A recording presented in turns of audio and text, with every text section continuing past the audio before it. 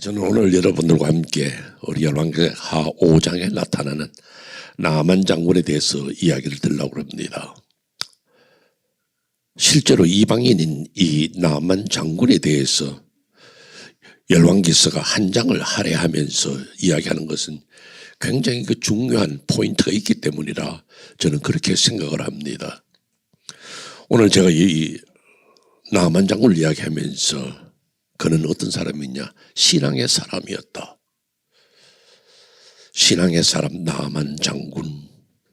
그를 여러분에게 소개하면서 저는 오늘 여러분들에게 이 말씀의 가장 큰 포인트를 1절에 두려고 합니다. 1절이 뭐라고 말씀하느냐면 그는 군대 장관이고 큰 용사이나 나병 환자였더라 그럽니다. 장군이었고 전쟁 잘했고 나라에서 존귀하게 이름을 갖는 군대 장관. 그런데 그는 나병 환자였더라. 큰 용사나 대단한 사람이지만은 자기 몸에 병이 있어서 냄새가 나고 또 어쩌면 그것이 악화되면 귀나 코가 떨어져 나가는 그런 불운을 겪을 수도 있습니다.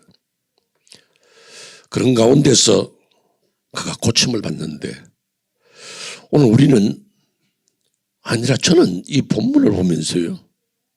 오늘 우리 현대인들이 바로 그렇지 않을까. 오늘 현대가 큰 용사처럼 대단한 업적을 이루었습니다. 그러나 마치 코가 떨어져 나가고 귀가 떨어져 나가는 것처럼 윤리와 도덕이 땅바닥에 떨어지고 타락된 세월을 보내는 것 아닌가. 그럼 고침을 받아야지요. 교회도 마찬가지입니다. 한때는 한국 인구의 4분의 1이 기독교인이라 말했지만은 오늘 교회는 냄새가 나고 손가락질을 받는 그런 모습에 떨어져 있는 것을 보면서 나만 장군이나 한국이나 세계나 현대나 우리 오늘의 한국 교회나 뭐 다르냐는 거죠. 근데 우리는 나만 장군이 병을 고침을 받았던 것처럼 우리도 고침을 받는 나라, 고침을 받는 교회.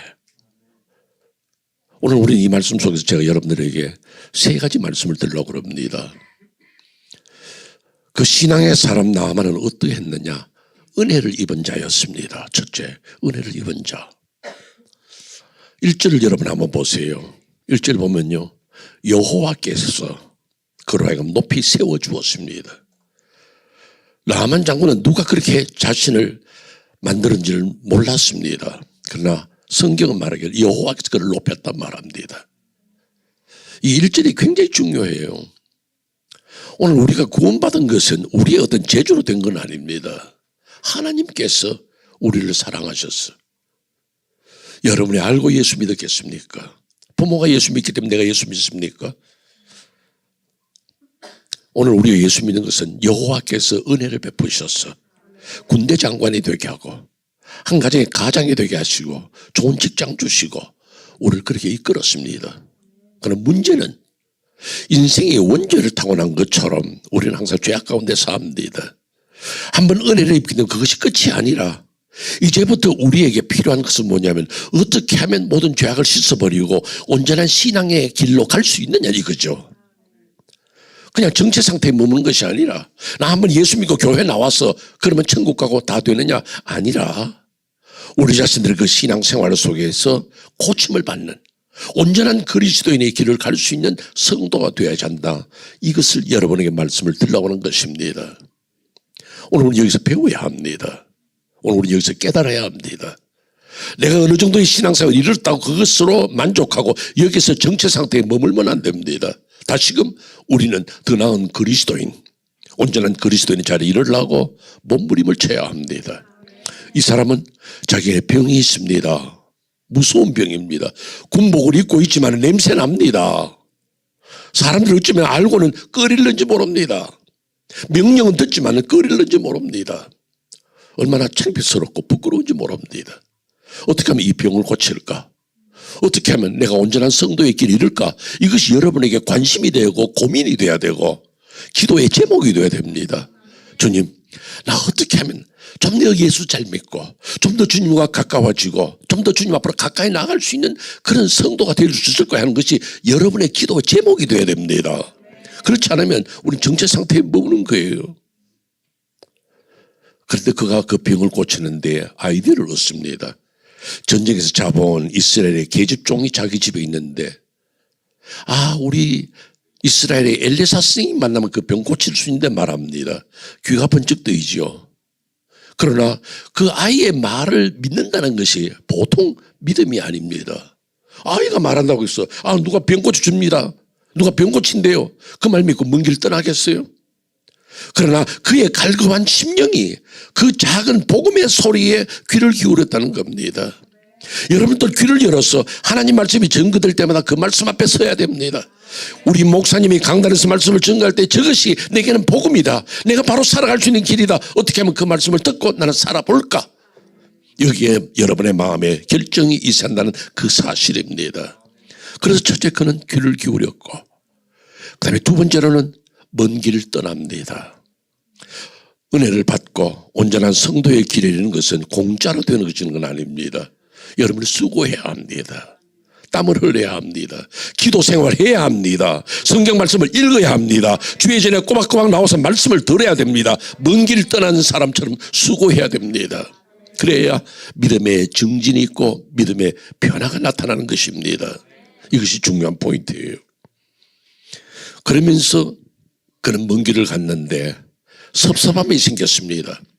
적어도 대제국 아랍 나라의 군대 장관이 왔다 그러면 이스라엘 그 조그만 나라의 왕이 와서 환영합니다 하고 해야 되는데 그럼 자기는 엘리사의 집으로 먼저 갑니다. 그러면 왕이 그 소식을 듣고 이스라엘 왕이 그 소식을 듣고 오든지 적어도 이스라엘 군대 장관에 들어와서 위대한 아람 제국의 왕이에요. 군대 장관이 오셨습니까 하고 영접해야 되는데 엘리사 집에 갔더니만은 엘리사의 집 종 하인이 나와서 우리 주인이 말씀하시는데요. 요단강에 가서 몸을 씻으라 합니다. 이런 푸대집이 어디 있겠어요. 자존심이 상하죠. 섭섭하죠.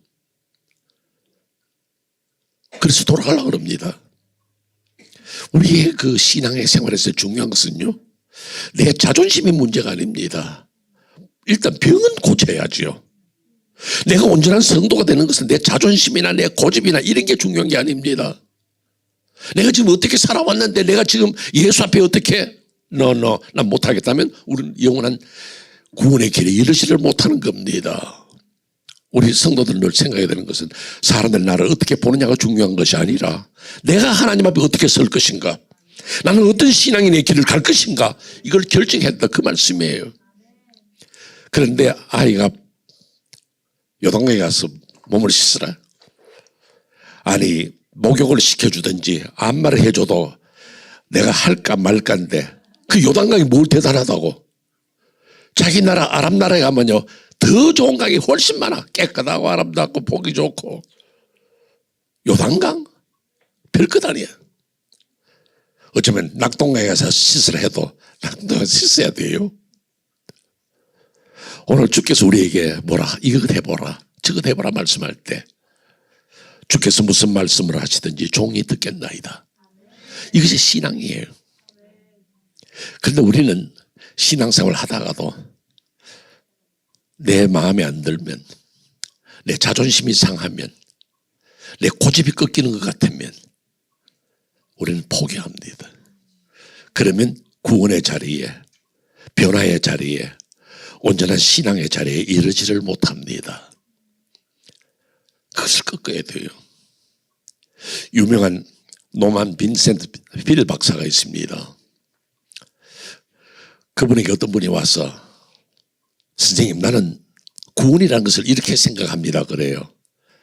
그래 어떤데요? 그러니까 자기가 한 번은 이 시골에서 지나는데 자기가 한 번은 지름길을 가기 위해서 길을 찾는데 모래밭이 더래요. 그래서 여기로 가면 빠르겠다 싶어서 그렇게 갔는데 거기가 늪이었어요. 그래서 사람이 빠져들어가는 거예요. 무릎까지 오는 장화를 신고 있었는데 빠져들어가면서 이제 발목까지 빠져들어가는 거예요. 잘못하다가 여기서 빠져 죽겠는 거예요. 그래서 큰일 났다 싶어서 그 옆에 있는 갈대를 잡고 당기니까요. 사람은 점점 빠져내려가면서 갈대는 꺾어지고 나올 수가 없는 거예요. 야, 이렇게 가다가는 나 죽겠는데 싶어. 그런데 그때 아이디어가 탁 떠오릅니다. 지금 나를 붙들고 있는 게 뭐냐? 아, 장화 때문이다. 그래서 장화를 포기하고 발을 빼며 갈대를 잡고 당기니까 몸이 빠져들어 나오더라는 거예요. 멋진 아이디어였어요. 오늘 우리는 장화를 벗어야 됩니다. 어떤 장화요? 고집의 장화, 자존심의 장화, 그런 걸 벗어버려야 믿음의 자리에 이르는 겁니다. 목사님이 말씀할 때에, 우리가 성경을 읽을 때에 내 마음에 안 들어. 그러나 그 장화를 벗어버려야 내가 온전한 죄에서 빠져나오고 하나님의 사람으로 이른다는 거. 노만 빈센트 필 박사가 수긍을 했어. 그렇다. 혹시 여러분들 장화 큰 거 신었거든요. 벗으세요. 어떤 종류의 장화? 욕심의 장화, 자존심의 장화, 고집의 장화 벗으세요. 그래야 하나님 앞에 온전히 나올 수 있는 그리스도인이 될 줄로 믿습니다. 두 번째 말씀을 드립니다. 신앙의 사람은 어떤 사람이냐? 감사하는 자였습니다. 그는 병의 고침을 받을 때 너무 감사했습니다. 그래서 엘리사에게 와서 예물을 드립니다. 내가 아람에서 올 때에 이런 예물을 가져오면 내가 당신에게 드리고 갑니다. 엘리사 받지 않습니다. 강권합니다. 받으소서. 안 받습니다. 그의 마음은 내 이 나병, 그 더러운 병, 무서운 병, 이 병 때문에 내가 얼마나 힘들었는데 이걸 고쳐준 엘리사 감사하다. 감사한 마음. 아마 이 말씀을 드리면 여러분들 생각에는 뭐 그 당연하지 않겠습니까? 병 고쳤으니까요. 그런데요, 그렇진 않습니다. 화장실 갈 때 하고 나올 때 틀린다고 병 들었을 때 누구든지 이 병만 고쳐주면 나는 감사하리라 그랬지만요, 딱 병 고쳐주면요 뭐 그렇게 나을 때 나았지 뭐. 여러분이 기도 제목 내나가서 주야 이거 들어주시옵소서 하고 매달리다가도 해결되만 하면 그거 될 수 있는 거야 원래. 이런 식으로 자유하면서 우리 자신을 온전히 하나님 앞에 감사할 줄 모릅니다. 한 예를 들까요? 누가복음 17장에 보면 예수님께서 나병 환자, 그것도 나병 환자예요. 10명을 고쳐주십니다. 가서 네 몸을 제사장에 보이고 확인받으라 말합니다. 가는 도중에 나병이 났습니다. 그들은 그들의 길을 갔고 한 사람, 사마리아 사람만 예수께 돌아와서 감사합니다 말합니다. 이때 예수님께서 탄식하시죠. 병난 사람이 10명이 아니냐. 근데 어떻게 해서 한 사람밖에 오지 않았느냐. 그걸 이렇게 숫자적으로 계산하면 10명에서 9사람 그냥 갔다는 거죠. 한 사람만. 그러니까 성도들 가운데 신앙생활 가운데 주의 은혜를 받고 구원을 받고 감사하는 사람은 10%밖에 안 된다는 이야기예요. 90%는 싹 까먹고 그냥 사는 거예요. 원래 인생이 그런 거야. 뭐 살다가 죽다가 뭐 그러는 거지 뭐. 정상적으로 받아들이질 않습니다. 그러나 참된 신앙인은 어떤 순간에도 감사하는 거. 아까 우리 찬양팀이 찬양 불렀습니다. 오늘 하루 주신 거 감사하다. 여러분 제가 한번 물어보지요. 밖으로 입을 소리 내지 말고 마음으로만 말하세요. 오늘 아침 여러분 주무시고 나서 주여 감사합니다 하셨습니까? 우리 뭐 눈이 떠지고 뭐 밥 먹고 뭐 하는 거지 뭐. 그런데 신앙인은 그렇지 않습니다. 탁 자고 나면 너무너무 감사하다. 감사하다. 주야에 자고 깨는 것 예수가 그늘이시네. 주님 아니면 내가 어떻게 아침에 일어날 수 있습니까? 할렐루야 이리 되는데 우리가 뭐 엄마 밥 줘 할 때 저거 봐라. 저거 맨날 자고 깨면 막 밥만 달란 소리야. 그러지 말고 이 아이를 건강하게 잠잘 자게 해주시고 뛰어나오게 해주시니 얼마나 감사하냐. 여러분 그래 보셨습니까? 속으로만 대답하세요. 여러분은 사랑하는 아내를 보고 감사하다. 하나님 어떻게 이렇게 이쁜 마누라를 내게 주셨나 하고 감사해 보셨습니까? 속으로만 대답하세요. 여러분 바로 옆에 앉은 사랑하는 남편, 오늘 또 어쩌다가 또 교회 못 나온 남편, 그분을 바라보면서 참 귀한 남편이다. 하나님께 내게 주신 분 감사하다. 그 생각해 보셨습니까? 속으로만 대답하세요. 아이고 목사님 우리 영감하고 안 살아봐서 그렇지. 정말 모든 것을 감사해야 돼. 내게 주신 부모가 감사하고 내게 주신 자녀들 지금은 속썩이지만 그래도 이 아들 딸 주신 거 감사하다. 감사하다. 너무너무 감사하다. 뭐든지 감사할 줄 알아야 돼요. 사탄이요 야드 세일을 합니다. 자기 집 앞에서 뭘 내놓고 파는데요. 제일 비싸고 제일 귀한 게 뭔지 아세요? 불평이에요. 왜냐하면 불평만 넣어주면 가정도 깨어지고 교회도 깨어지고 나라도 깨어지고 다 박살나는 거예요. 불평이 제일 비싼 거예요. 우리의 가정에 감사가 없고 불평만 있으면요 하루아침에 박살나버립니다. 내가 왜 이런 사람하고 살아야 돼? 내가 뭐 하라고 이런 자식들을 낳았어? 이러면 끝나는 거예요. 아이들이 자는 걸 바라보면서 주여 감사합니다. 그렇게 이쁜 자식 주셨나요? 오늘 종일 지나면서 자식이 내 마음을 아프게 했습니다. 그래도 잠자리에 자는 걸 보면서 그래 하나님 주신 자녀 너무 아름답다. 그런 마음이 없으면, 이런 감사의 마음이 없으면 온전한 신앙의 사람이 안 되는 거예요. 늘 감사하는 거.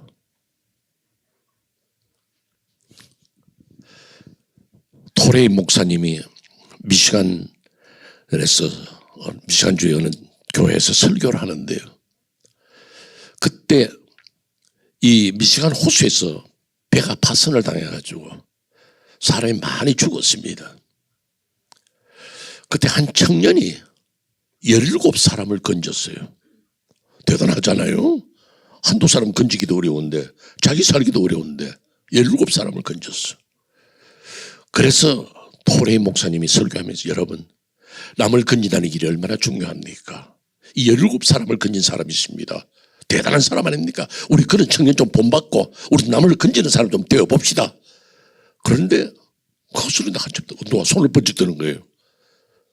설교하다가 손을 번쩍 들면 또 이상하잖아요. 그래서 왜 그러십니까? 누구십니까? 그러니까 제가 바로 그 청년입니다. 그래요. 17사람 건진 청년이 그 자리에 마침 앉았던 거예요.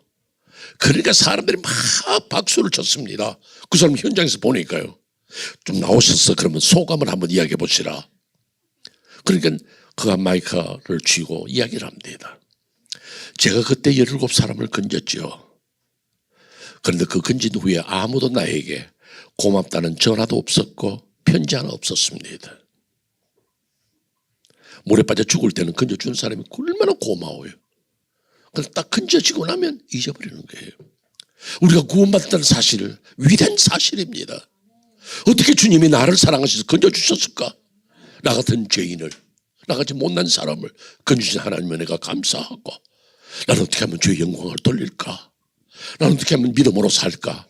이것이 우리의 자세가 되어야 한다. 그 말씀입니다.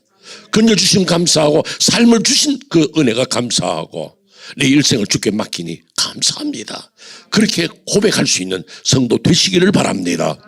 오늘부터 여러분들 아침에 주무시고 나면 주여 감사합니다. 입에 떨어지지 마세요. 주무실 때도 주여 감사합니다. 이 밤 지켜주소서 주의 은혜 손길에 부탁하시기를 바랍니다. 마지막 세 번째 말씀 드리고 마치지요. 세 번째는 신앙의 사람은 고민하는 사람입니다. 이게 무슨 이야기냐 이거죠. 신앙의 사람은 모든 걸 하나님 맡기고 사는데 뭘 고민해요? 아닙니다. 삶은 우리가 결정해야 하기 때문입니다. 이제 병고침을 받고 선물을 드리려다가 엘리사가 받지 않겠다기에 돌아올라옵니다. 그때 이 나만 장군이 엘리사에게 질문을 하나 합니다. 저는 어쩌면 이 모든 과정 속에서 이 문제가 오늘 우리 성도들의 가장 필요한 포인트가 아닐까 생각을 해보는 거예요. 왜냐? 그가 이렇게 말합니다. 나의 병 고침 받은 거 생각할 때 너무너무 감사해. 나는 이제 당신들이 믿는 여호와 하나님을 나의 하나님으로 섬기겠습니다. 고백했어요.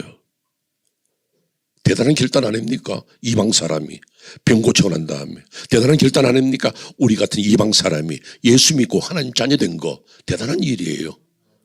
그런데 이 사람의 질문을 보세요.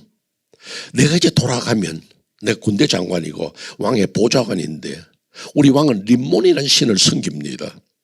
그럼 림몬의 신당에 들어가서 절할 때 예배 드릴 때 나도 같이 있어야 되는데 그때 내가 혹시 왕이 제사 드릴 때 왕이 예배할 때 같이 절하거나 이렇게 할 때 내가 용서를 받을 수 있겠습니까? 내가 어떻게 해야 됩니까? 이제 그 질문을 던지는 거예요.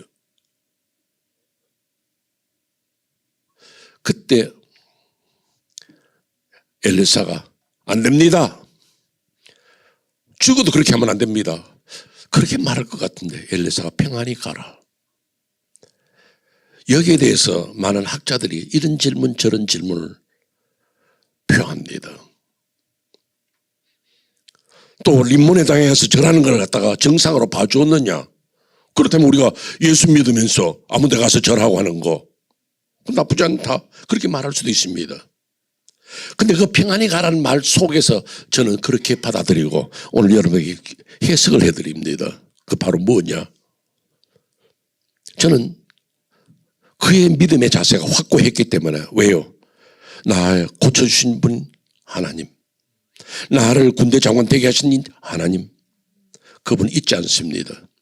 그렇기 때문에 그는 가서 군대 장관 그만두고 왕의 보좌관 그만두고 저는 여호와 하나님을 섬기는 사람이 되겠습니다. 왕이여 죄송합니다 하고 물러났고 혹은 그것 때문에 자기의 생명이 오간다 할지라도 그는 그의 길을 갔으리라 저는 그렇게 생각을 한 겁니다.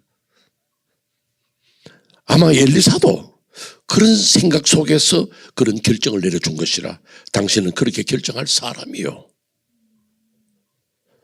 오늘 제가 여러분들에게 말씀드리고 싶은 게 바로 우리 성도들은 항상 고민할 줄 알아야 됩니다. 신앙인으로서 내가 이 길을 갈 것인가 말 것인가 고민할 줄 알아야 돼요. 신앙인으로서 내가 이걸 택할 것인가 말 것인가를 고민해야 돼요. 내가 이 사람에게 이 말을 할 것인가 하지 말 것인가를 내가 고민해야 합니다. 내가 이 친구와 사귈 것인가 안 사귈 것인가 고민해야 합니다. 그렇지 않고 아무렇게나 살면 신앙인 아닙니다. 고민을 할 줄 알아야 돼요. 우리 사람 그 말합니다. 내가 이런 말 해서는 안 되겠지만은 그럼 하지 마세요. 그런데 이런 말 해서는 안 되겠지만은 하고는 이야기합니다. 안 될 일을 왜 해요? 안 될 일을 안 하는 거예요.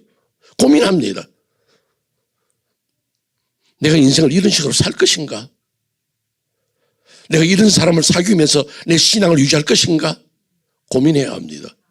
아니다 싶으면 끊으세요. 아니다 싶으면 하지 마세요. 아니다 싶으면 여기서 결단하고 내 신앙의 길을 바로 세우는 겁니다. 제가 여러분들에게 말씀드린 건 바로 나만은 그랬을 거라는 거죠. 나는 여호와를 섬긴다. 돌아가서 왕이여 나를 고쳐주신 난 하나님을 섬기기로 했습니다. 림몬의 땅에 못 들어갑니다. 왕이 대노하여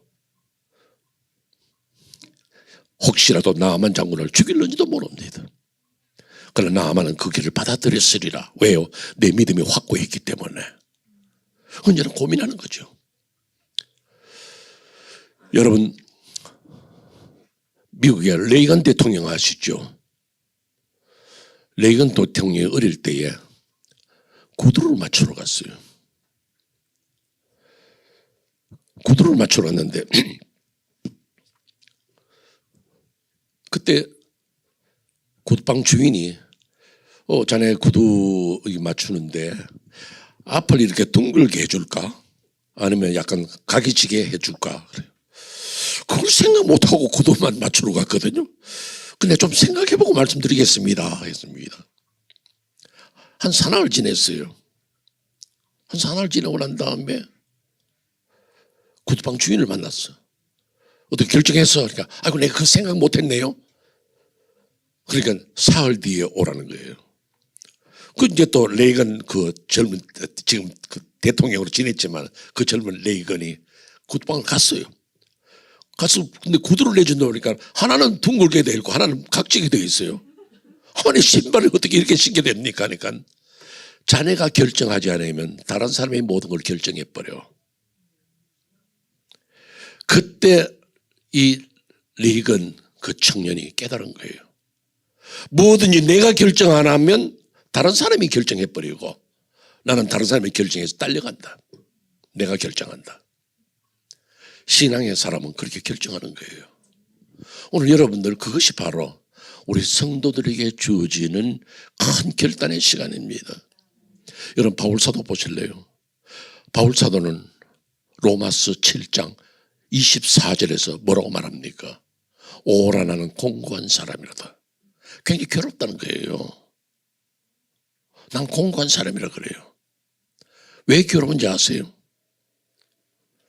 21절부터 위에 보면 우리가 압니다. 로마서 7장 21절에 뭐라고 말합니까? 그러므로 내가 한 법을 깨달았노니 곧 선을 행하기 원한 나에게 악이 함께 있는 것이라. 우리 가슴 속에는 선이 있고 악이 있는 거예요. 그건 예수를 잘 믿든 못 믿든 아니에요. 누구에게나 선과 악이 공존하는 거예요. 선을 행할 것인가 악을 행할 것인가 이건 내 선택이에요. 나는 고민하면서 선택을 해야 되는 거예요. 선에 속할 것이냐 악에 속할 것이냐. 22절 보세요. 곧 내 속 사람으로는 하나님의 법을 즐거워하되 나는 하나님의 법대로 살아야 돼. 하나님 뜻대로 살아야 돼. 그러면서도 결정을 어떻게 합니까? 22절이에요. 23절. 내 지체 속에 한 다른 법이 내 마음의 법과 싸워 내 지체 속에 있는 죄의 법으로 나를 사로잡는 것을 보는도다. 죄의 법이 나를 사로잡아서 자꾸 죄 짓게 만든다는 거예요. 갈등하는 거예요. 그래서 24절에 뭐라 합니까? 나는 공고한 사람이다. 참 힘들다는 거예요. 이거는 오늘 여러분들에게만 주어진 고민이 아닙니다. 나만에게만 주어진 고민이 아닙니다. 모든 그리스도인이 다 갖는 신앙의 고민이에요. 그러면 여러분들 어떻게 해야 돼요? 결정은 여러분에게 달렸습니다. 결단은 여러분이 해야 합니다. 여러분 누구를 선택할 것입니까? 여러분은 여호와만 선택하시겠습니까? 이제는 소리 내야 돼요. 속으로 하지 말고. 이제 여러분들 여호와만 섬기기를 결정하십니까? 흔들리지 마세요. 하나님 편에 서시기를 바랍니다. 성경 편에 서시기를 바랍니다. 말씀 편에 서시기를 바랍니다. 여호수아는 그의 마지막 고별 설교에서 뭐라고 말합니까? 여호수아 24장 15절입니다. 이 15절 말씀이 너무 귀합니다. 오직 나와 내 집은 여호와를 섬기겠노라. 오직 나와 내 집은 여호와. 오늘의 여러분의 선택이 뭡니까? 나는 여호와를 섬기겠습니다. 우리 가정은 여호와밖에 없습니다. 내 남은 인생은 여호와밖에 없습니다. 고백할 줄 아는 성도 되시기를 주의 이름으로 축원합니다.